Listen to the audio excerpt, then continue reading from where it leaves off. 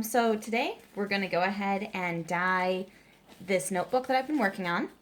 It's a Doctor Who TARDIS, so I'm going to use my mixture, my special mixture of blue that I call Dr. Blue. Here's a hint.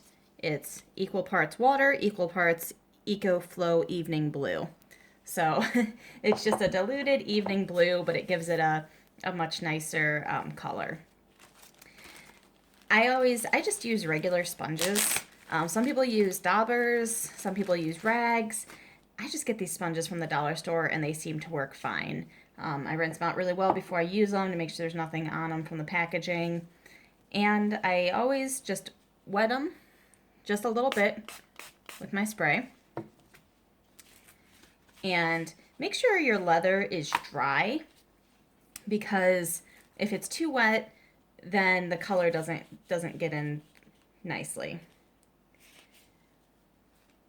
And I'm actually going to wet the leather a little bit too, because even though you want it to be somewhat dry, being a little bit damp isn't bad, because the water is going to help sort of create like a wicking effect, which is going to help the dye soak into the leather. Just get a little bit on my sponge. And just in a circular motion, I'm just going to go ahead and add the blue to the back first.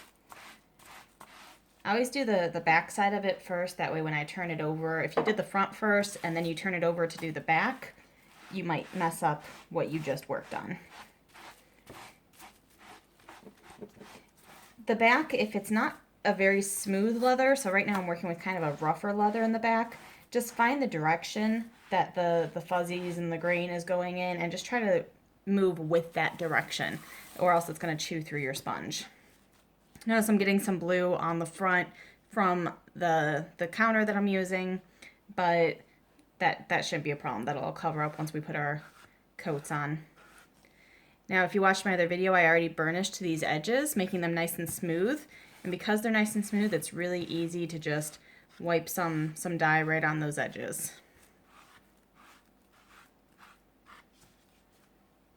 Now when I go to the front, I'm not going to spray it down. It helps a lot with the back, but I'm not going to do that on the front. Get a good amount of dye on there, and now I'm really going to use that circular motion. I'm going to try to cover as much of it as I can all in one pass, or else sometimes you'll start to see the lines and it'll go on unevenly.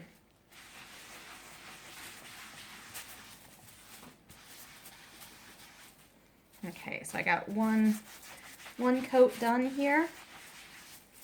It looks really dark, but as this mixture starts to dry, it's really light, so it's not going to be a problem if I put on another coat. Sometimes people let it dry completely between coats.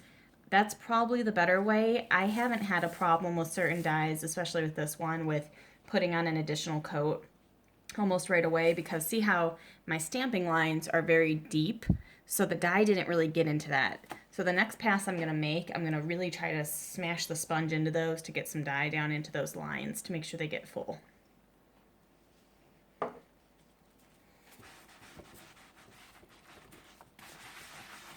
And then once you get that done, go back to your circular motion to try to get it spread out and even, so that way you don't see any lines or streaks or areas that just don't have enough dye to match.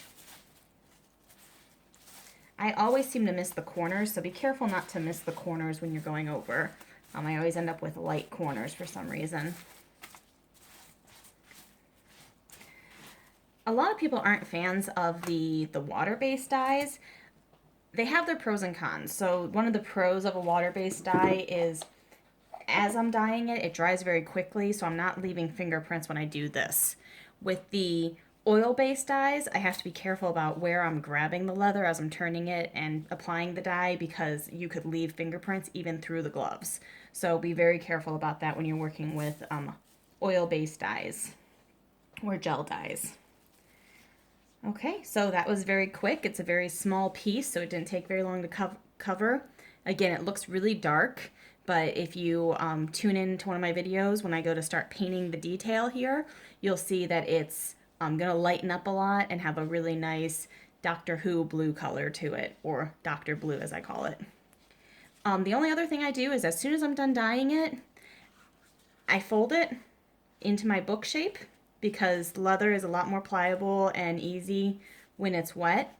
And as it dries, it's going to dry in that shape that you folded it into. So this is going to hold 2 small composition books. I always go a little bit bigger as I'm drying it. So I have 3 in there. I'm just going to fit it right in there. And I'm going to actually let it dry around those books. I'm going to put something heavy on top of it because as it dries, these corners are going to start to curl up and they're going to be really hard to reshape. So I'm going to put that on a flat surface. I'm going to put something on top of it, just heavy enough to hold it in place and help get this, this fold together, but not too heavy to where it really smashes it. And then I'm going to let that dry for probably about 4 or 5 hours. Just to make sure, because my next step is I'm going to paint it. And if you try to add paint to wet dye, it's going to really dilute it and it's not going to give the design I'm going for. So that's it on this one. So tune in to one of the next videos on adding some detail to this book. And again, as usual, it may not be the right way, but it's the Madam K way. That's my tutorial on leather dyeing.